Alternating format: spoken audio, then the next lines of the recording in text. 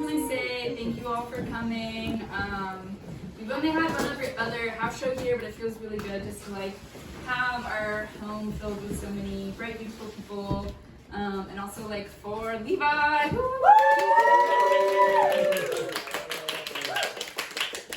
And like, you know, like one, it means a lot, you know, just to like know that he's getting closer to like having this surgery, but also like just to see this many people like show up, like that's community care, and like that's super fucking powerful. And like we got each other, you know? So just want to say that. Yeah, so we're gonna have 4 poets tonight. I'm gonna just start us off, and then we're gonna have a couple musicians play, and then Miranda here is gonna lead us on some group songs at the end. And then we also have a bunch of art for sale. Some of them priced, some of them not, so just ask if you're curious. Literally all of these are also for sale. So yeah, and I think some of them are negotiable, so. Yeah.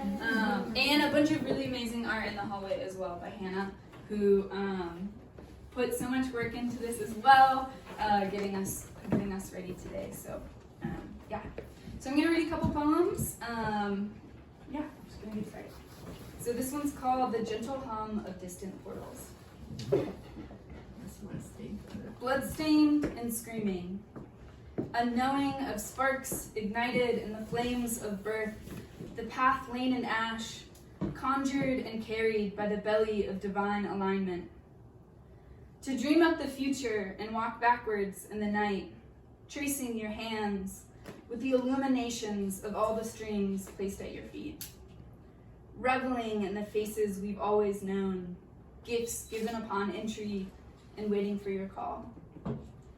To feel the ripples bounding towards you, unafraid of the embrace, guzzling the cup as beads roll the surface of skin, grasping for the current to carry you under.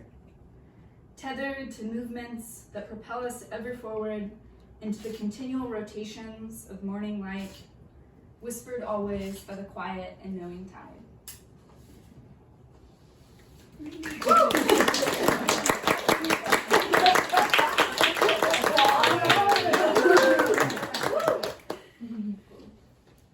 This one's called Beckoning Me Back. I actually didn't write this originally as a poem, but it also works as a poem, which works out great. Yeah, Beckoning Me Back. Hands finger blades of wheat as it sways away and back to you.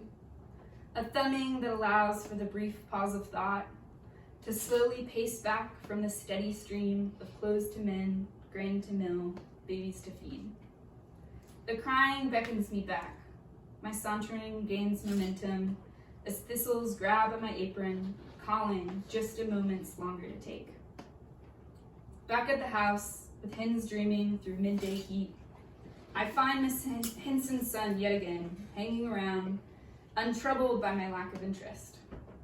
As he rambles on, as he usually does, all I can think of where his sweet sister Carolyn is, and why she can't be the one doing his bidding.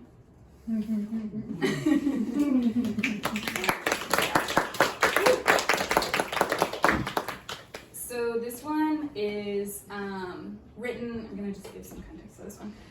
So I was on the Sheltowee Trace Trail with my friend Tyler, and there was this like giant sinkhole in one of the roads that like we were crossing a bridge over. And so I was like thinking too much about sinkholes. And I was like, what do I even know about sinkholes? And then I was like, oh wait, that's all because of like karst topography. And I was like, how the fuck do I know about that? And it was really because when I first got into like community organizing work, there was the bluegrass pipeline that was going on throughout Kentucky, which a lot of people were fighting against, and it was successfully won. And so I like learned all of this stuff through that, and there was this like super badass group of nuns who like disrupted it was like an investor meeting for the pipeline by singing Amazing Grace. And so it was just like such a really cool story. There's a documentary about it called End of the Line that you can watch. And yeah, so it was just really powerful. So I kind of wrote this poem about that. And part of the reason I wanted to write this or read this today is because there's also currently like a proposed pipeline going on right now. We have a zine in the kitchen for free that you can get. It talks all about it.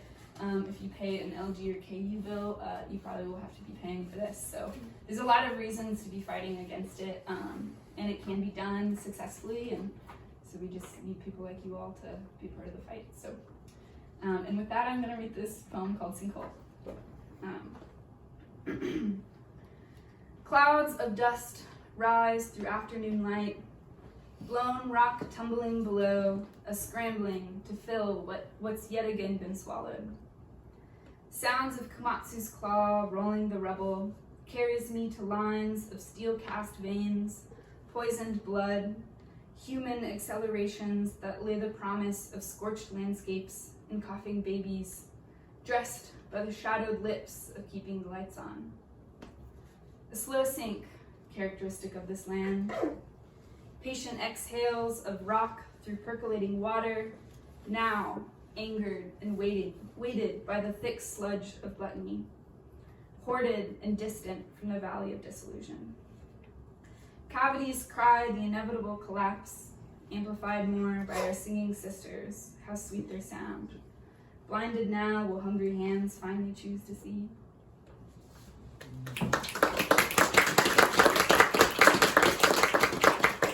This is like kind of a couple similar themes, and also was inspired by some like land trust work that a bunch of people here have worked on. This land trust called Woods and Honor. So it's called Tentacular Regeneration. I do not need to tell her to breathe. She knows it is her bringing me back home. And still we lift pipes cast upon her, forged in possession, time pumping faster. I look to clenching hands to ask, can you feel scarcity breeding scarcity?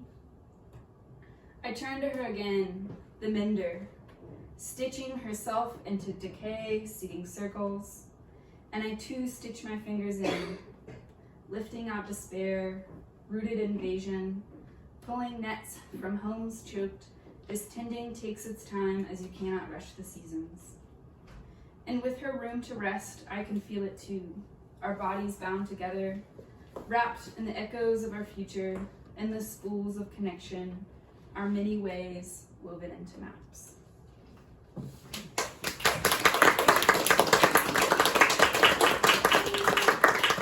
And I have just one more. This one is kind of just about those like really sweet moments in life that keep you going and fill you up, even if it's just like really small.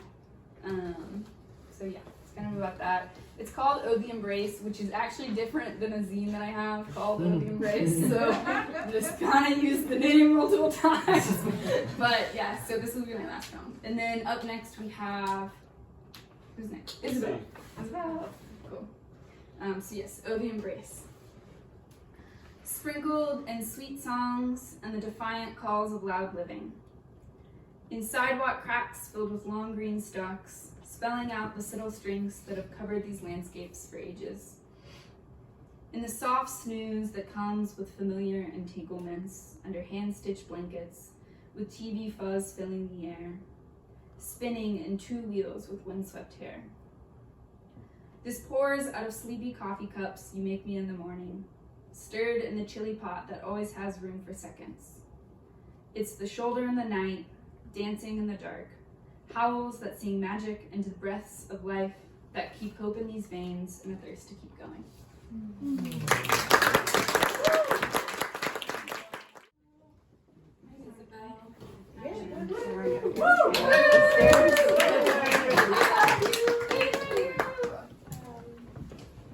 I have 6 poems. 3 are medium-sized, and 3 are very short that I wrote a long time ago. And the first 3 I wrote this year, and they don't really have titles, but I wrote them each in different months, and they have the month. I mentioned the month in the poem, so I'll just title them the month. I skipped September for some reason. Didn't write one in September. But, okay, this first one is called August. I let the poison ivy. Let me start again. I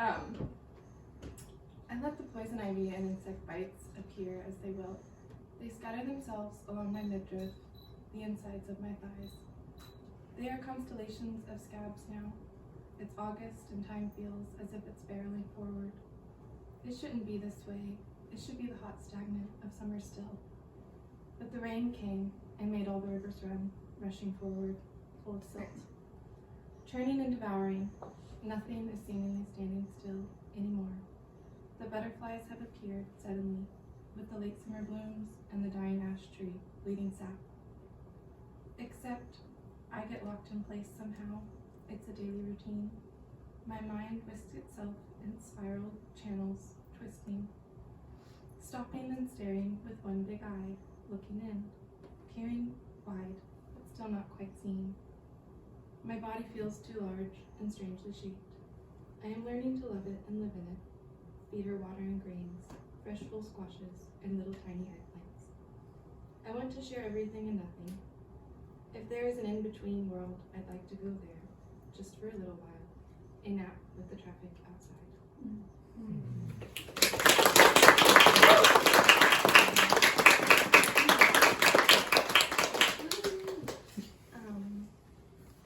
So this one, so skip September. Moving on to October. September. I don't know. Wake me up when September ends. October. I keep seeing the yellow butterflies fly across the road. Sulfurs, they call them. Some cloudless, some orange, some in between. Still here in October, I think they are migrating south. The woolly worms are here too. They stress me out so damn much, those things. They drain across the hot asphalt as I drive by. Pray not to completely obliterate them. And the starlings are here as well. Very busy in the trees and the fields. I keep thinking about that word, the one I couldn't remember that day with you at the river. The word was murmuration. We watched the small flocks above the tree line fly in and around each other. The ridge there looks like home to me, like the hand of God, cupped just so. I could lay right in it. Now I lay under the pokeweed in the yard I grew up in. It has turned all red and purple and yellow. I listen to the starlings here in the pine trees. They chatter incessantly and fall silent. And then it's the wind on their wings. The first few days after you left, I couldn't stop thinking about that damn word. Murmuration, the act of a large group of birds all flying together and changing direction together. While driving, I looked for them everywhere, begging the sky to give me a glimpse, just so that I may record it for you. I thought, I'll send him the video of the birds in flight, and he will know this is how I say, I miss you. This is how I say,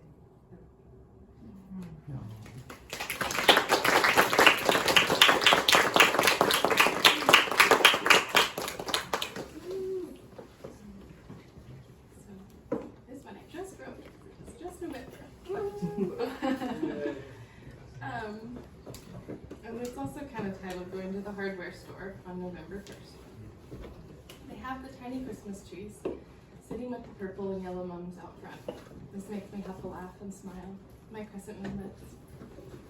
Tanya Tucker sings to me from my little device. There will be no winding river of tears, she claims, not even one drop. The ginkgos have turned, and the red buds yellow in the city. I seek out each tree, every leaf, try to name them. The red oaks do indeed turn red.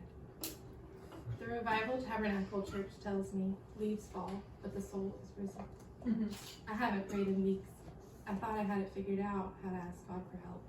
But I'm back in hiding, locked in my ego cage. A woven spider web. It's sticky, yep, it's the sticky stuff. If all I did with this life was only observe what's in front of me, the colors and shapes, and describe it to you, would that be enough? For you, for me, for God.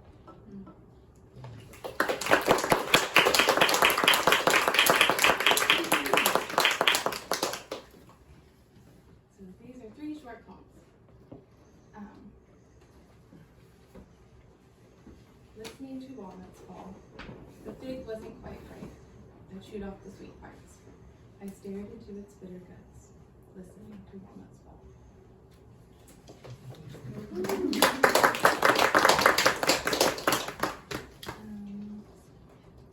Okay, this one's called Springtime After a Desperate Winter. I wish I could say I have no regrets. As the lilies close to the moon tonight, I'm split wide open.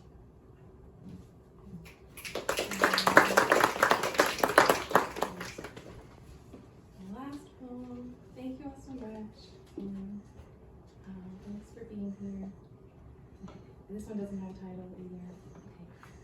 I ate 10 peaches one day in one sitting and spit them out from my gut, one by one. Each peach painfully sweet, left in a pile for the fruit flies and the kitchen gnats to consume every rotten desire I ever dreamt of.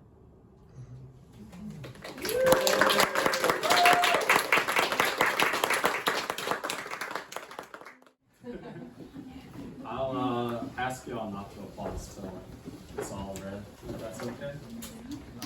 I'll give explanations and then I'll let y'all know what I'm doing. I started writing poetry when I joined a writers group, like a COVID writers group back in 2020.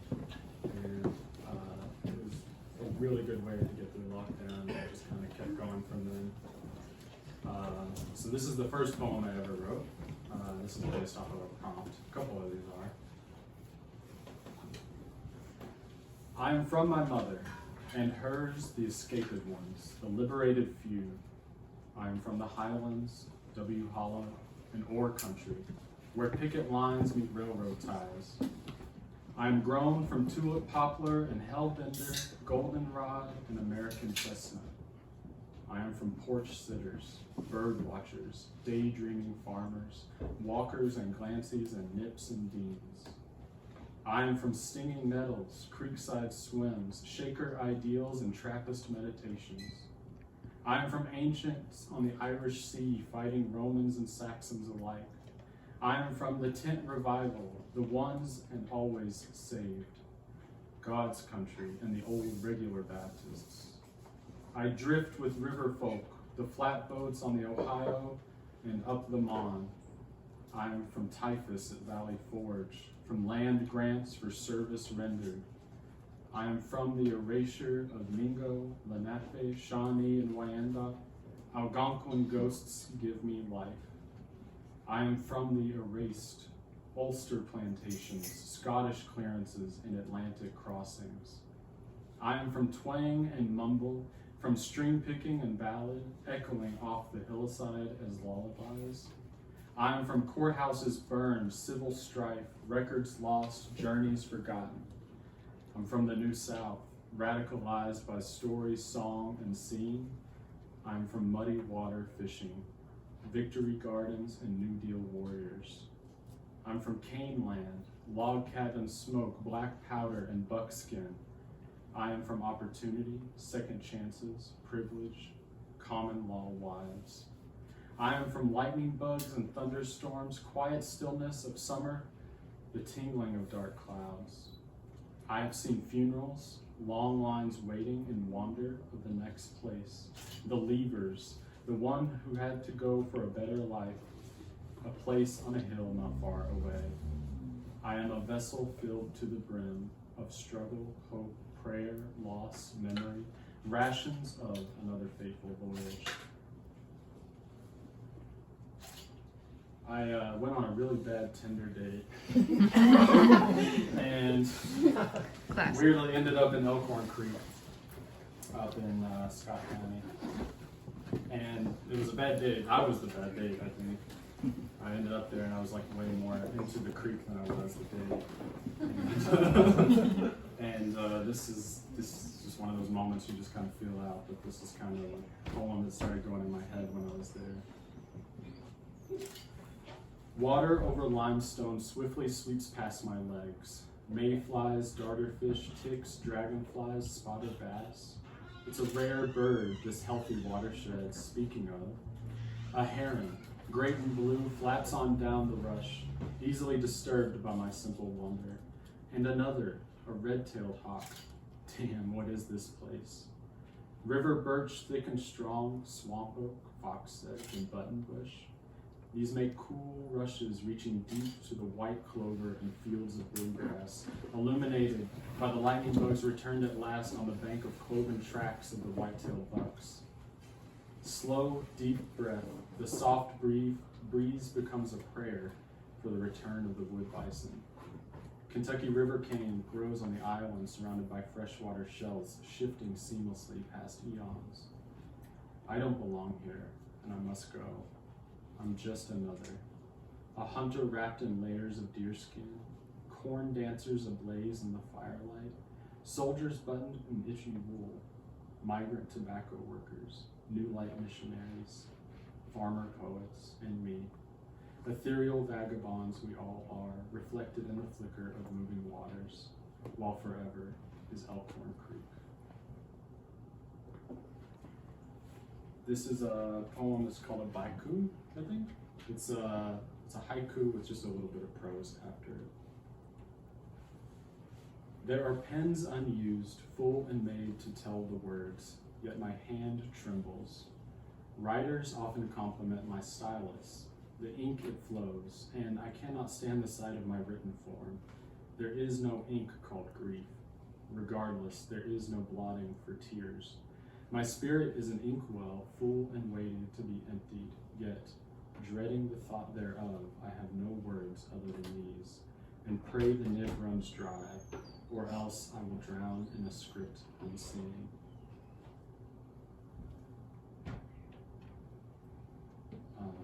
This next one I wrote while I was half lost in Australia looking for a platypus.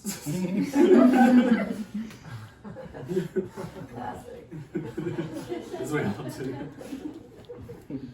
I miss the blue mountains, crested buttes and deep chasms, carved from clay and conflict, climbing in instead of up into a canopy concealing caverns and creeks always calling. 2 days to go in the deep valley, and morning meadows greet with gray and wild horses, laying in rest unapologetically. Curiously, they look on us in worry or wonder. But bush bound by sun's stroke, indifference is balanced to nature's little gifts. Just ask the kookaburra singing above. In a place of dream time, some memories remain, some no more. How hazy that summer sky, how many people came before, how the great serpent carved this valley, how many miles to the lake of fire, how many stars in the Southern Cross, how I told her I could not stay. I will never forget the path to this valley of creation, not when empty canyons echo and call from deep, deep within. They say the tide does not ride and recede. That is only our perception. The earth rotates inside a bulge of water. They say the sun does not set. That is only our perception. The earth rotates to an angle out of view. They say I am a radical. That is only their perception. The horizon of their lived experiences is where I try to begin. Stationary and static stem from the same source, a denial of movement and change. I refuse to be the sun, but will gladly be among the stars, moving and changing, celebrated as seasons come and go. Neither feared nor venerated, just one for the ages, until one evening I am seen no more, out of reach, out of time. They say some starlight shines from stars burned away long ago. That is only their perception. The lost still look into the deepest of night, while light glimmers longest into their eyes. And this last one I wrote last summer. I was caretaking my mom.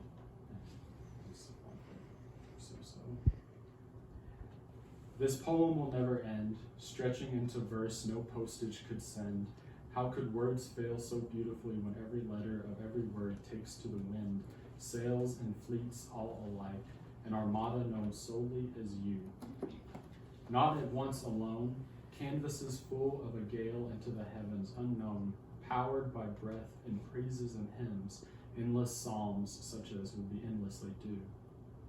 When the stars seem dark and skies not yet seen, just remember all light is memory of times once been. Out there among celestial kin, a glow will let us know your column cut through the dark. Brightly in the skies of night, or warmly in the sky of day, our voices will boom of a cannonade. No sound or note we could replicate, but a vision in time that slowly fades. With every glimmer, every shimmering sight, no matter how dim or fading or bright, the distant volley catches my eyes to remind me of someone so far away whose ocean was love and whose current was truth.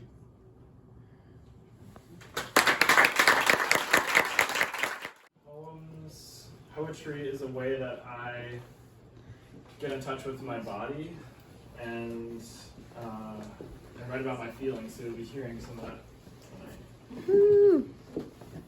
This one's called Feel. A thrill, a harrowing movement of energy, trilling to the tips of my toes. It is a surrender, an allowing, finally letting things pass through me instead of holding on for dear life.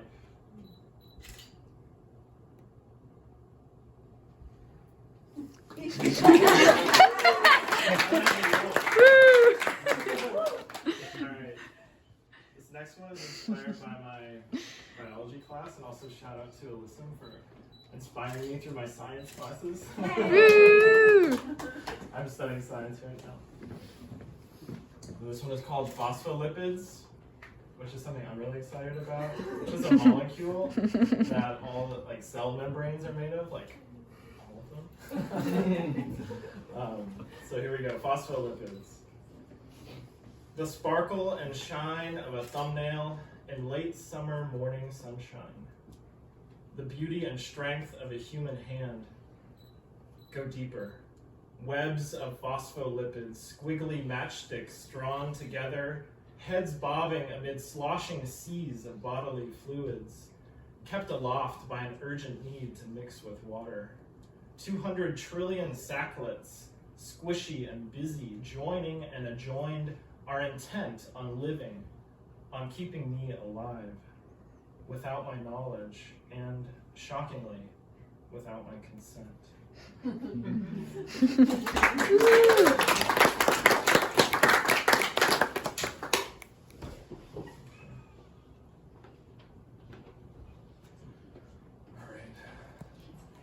Sometimes I write about grief. That's often what gets me to pick up my pen, in fact. This one is called Wanting. It is a crushing grief, the deepest longing unfulfilled, the desire for union with another, the desire to give myself away, to be enough, to be loved as my whole self, fully, gently, urgently, an overwhelming force, a pressing of spirit, a conditionality of existence, a wild fury of desire, wanting to dissolve, to be subsumed, to find oblivion, sweet oblivion, in the shapelessness of another.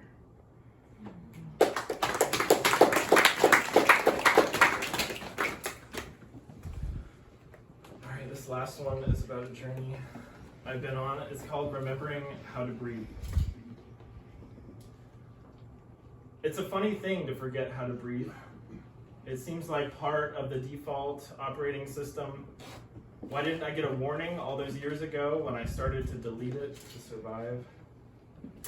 Now I'm tempted to hire a teacher to show me how to breathe again, how to trust myself and the air around me so I won't stop breathing at night. I wake up a flat tire, my lungs sticking back to front like two plastic bags wet from the rain. To pump myself up, I close my eyes and inhale softly. My throat resists. Don't you know how dangerous it is out there? Thank you, I say, for protecting me all these years.